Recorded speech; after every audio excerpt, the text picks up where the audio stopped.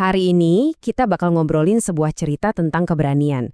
Dan ini bukan cerita dari buku dongeng ya, tapi dari kehidupan nyata seorang perempuan muda yang namanya jadi simbol perjuangan. Namanya Marsinah. Kisahnya ini bukan cuma sekedar catatan sejarah, tapi juga cermin dan pelajaran yang penting banget buat kita semua. Coba deh, pikirin sebentar. Kamu pernah nggak sih ngerasa ada sesuatu yang nggak adil di sekitar kamu? Mungkin waktu ngelihat teman diperlakukan semena-mena, atau pas ada aturan yang rasanya aneh banget. Perasaan itu loh, rasa yang bikin kita ganjal dan pengen berbuat sesuatu. Nah, perasaan itulah yang mau kita bedah hari ini lewat kisah seorang perempuan pemberani yang nggak cuma merasakannya, tapi juga berani bertindak. Oke, kita mulai dari pertanyaan paling dasar. Siapa sih sebenarnya Marsinah itu? Jauh sebelum dikenal sebagai aktivis, dia ya seorang anak, seorang pekerja, dan seorang teman biasa. Yuk kita kenalan lebih dekat sama sosoknya. Kalau kita lihat di sini, Marsinah itu lahir di Nganjuk tahun 1969. Dia datang dari keluarga yang sederhana banget, mungkin gak jauh beda sama kebanyakan dari kita. Dari kecil dia udah terbiasa ikut bantu keluarga. Dan pas udah gede, dia kerja di sebuah pabrik jam tangan di Sidoarjo. Ya, ngejalanin hidup sebagai buruh biasa aja. Nah, ini dia yang bikin Marsinah jadi istimewa. Bukan dari mana asalnya, tapi apa yang dia bela.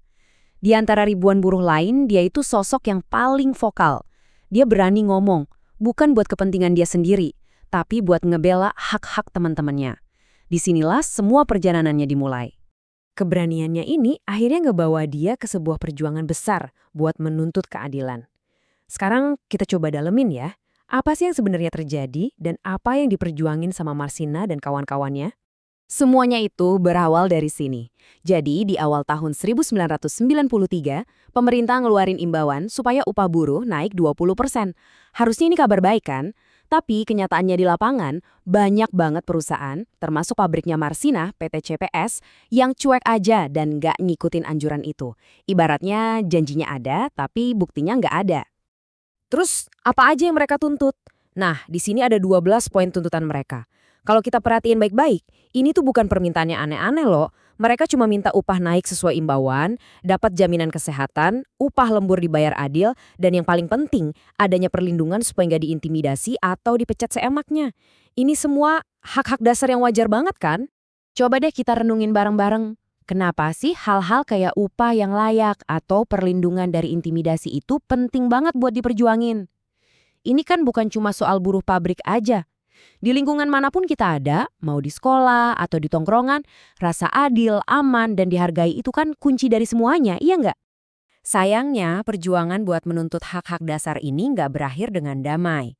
Bagian ini bakal sedikit berat ya, karena kita akan ngebahas peristiwa tragis yang jadi akibat dari perjuangan mereka. Coba kita lihat urutan kejadiannya pelan-pelan. Tanggal 3 Mei, mereka mogok kerja dengan damai. Besoknya, tanggal 4, tuntutan resmi diajukan. Tapi, lihat apa yang terjadi di tanggal 5 Mei. Tiba-tiba, 13 temennya justru dipaksa buat mundur. Dan disinilah Marsinah nunjukin keberanian yang luar biasa. Dia pergi sendirian ke Kodim buat cari tahu nasib teman-temannya. Dan setelah itu, dia menghilang. 3 hari kemudian, tanggal 8 Mei, jasadnya ditemuin. Dan jarak ini 100 km dari tempat terakhir dia kelihatan, nunjukin betapa brutal dan terencananya kejahatan yang menimpa dia. Dan bukti forensik ngejelasin hal yang paling kita takutkan. Marsinah ngalamin penyiksaan yang amat sangat keji.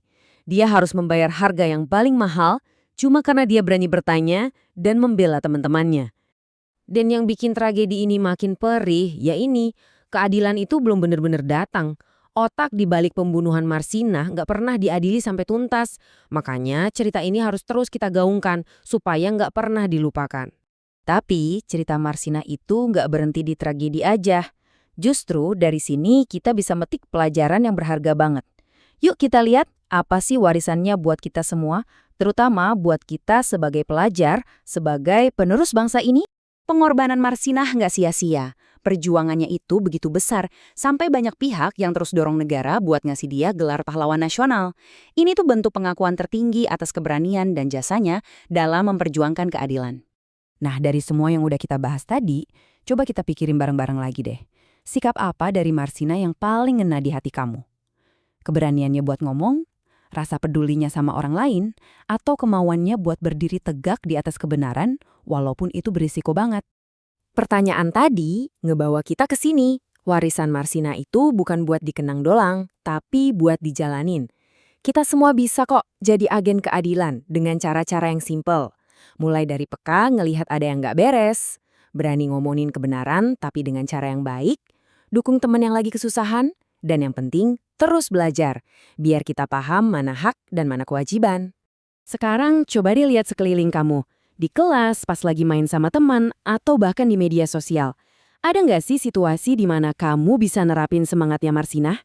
Mungkin sesederhana ngebela teman yang dibully, atau ngingetin kalau ada aturan main yang nggak adil.